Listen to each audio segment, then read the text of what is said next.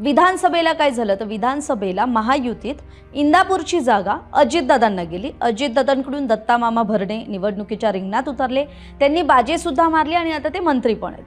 पण आता याच भरणींची कोंडी करण्याचा सुद्धा फडणवीसांचा प्रयत्न आहे का असा सवाल आहे। त्यातच साथ सोडलेल्या हर्षवर्धन पाटलांना सुद्धा फडणवीसांना धडा शिकवायचा आहे। त्याचमुळे आता फडणवीसांनी पवारांच्या बारामती लोकसभा मतदारसंघातले विधानसभा मतदारसंघनिहाय डावपेच आखत एकेका महत्त्वाच्या नेत्याला लक्ष्य करायचं ठरवलेलं दिसतंय। त्यानुसार त्यांनी आधी भोरमधल्या थोपटेंना जवळ केलं, थोपटेंना पक्षप्रवेश दिला आणि आता इंदापुरातला मानेंसारखा बडा मासा गळाला लावलाय। तर नेमकं काय घडलं? मागील शुक्रवारी मुख्यमंत्री देवेंद्र फडणवीस हे पालखी सोहळ्यानिमित्त पुण्यात होते। संत ज्ञानेश्वर आणि संत तुकोबा महाराजांच्या पादुकांचं दर्शन त्यांनी घेतलं आणि त्याच काळात एका रात्री उशिरा प्रवीण मानेंनी फडणवीसांची भेट घेतली। या भेटीवेळी प्रवीण मानेंसोबत दौंडचे आमदार राहुल कुल सुद्धा उपस्थित होते।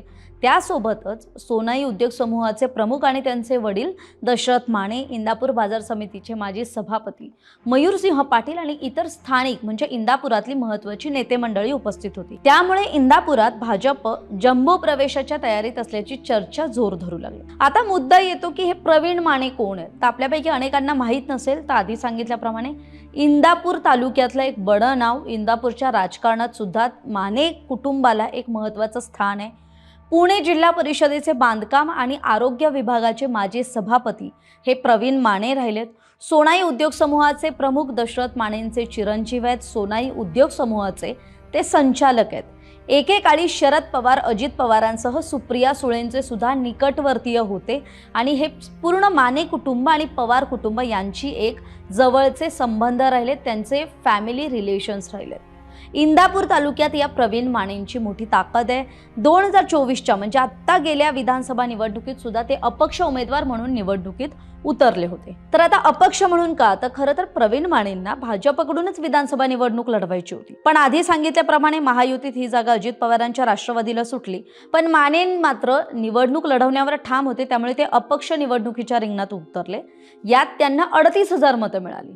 तर हर्षवर्धन पाटलांनी भाजपला सोडचिठ्ठी दिल्यानंतर जी निर्माण झालेली पोकळी आहे ती प्रवीण मानेंच्या रूपानं भरू शकते असा कुठेतरी भाजपच्या पक्ष नेतृत्वाला एक विश्वास आहे आणि त्यामुळेच राहुल कुल यांच्या मार्फत प्रवीण माने हे आता भाजपच्या संपर्कात आहेत आणि लवकरच मुंबईत त्यांचा पक्षप्रवेश सोहळा सुद्धा होणार आहे। आता प्रवीण माने आणि फडणवीसांचं एक वेगळं कनेक्शन सुद्धा आहे। आता फडणवीस मानेंसोबत सकारात्मक असल्याला आणखी एक वेगळं कारण आहे, ते म्हणजे इंदापूर तालुक्यातल्या नीरा नरसिंहपूर इथले लक्ष्मी नरसिंह देवस्थान हे मुख्यमंत्री फडणवीसांचं कुलदैवत आहे।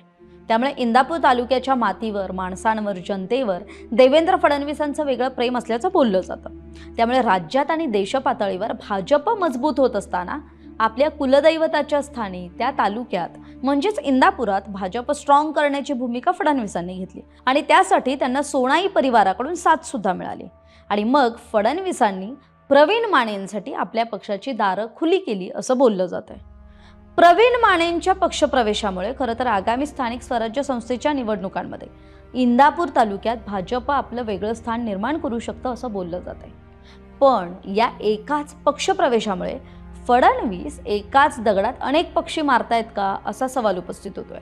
म्हणजे सांगायचं झालं तर पहिलं म्हणजे मंत्री दत्तात्रय भरणेंना कोंडीत पकडण्याची संधी, दुसरं म्हणजे माजी मंत्री, माजी सहकारी राहिलेल्या हर्षवर्धन पाटलांना दणका आणि तिसरा मुद्दा अत्यंत महत्त्वाचा, खरं तर बारामतीत ज्यांचं नाव सगळीकडे घेतलं जातं त्या पवार काका पुतण्यांशी जवळचे संबंध असणारे माने कुटुंब आणि त्यांची इंदापुरातली ताकद ही आपल्या पक्ष विस्तारासाठी वापरण्याचा त्यांचा डाव असू शकतो। त्यामुळे आता प्रवीण मानेंचा भाजप पक्षप्रवेश हा कुणाला किती फायदेशीर ठरतो किंवा कुणाला किती दणके देऊन जातो हे तर आपल्याला येत्या निवडणुकांनंतरच कळेल।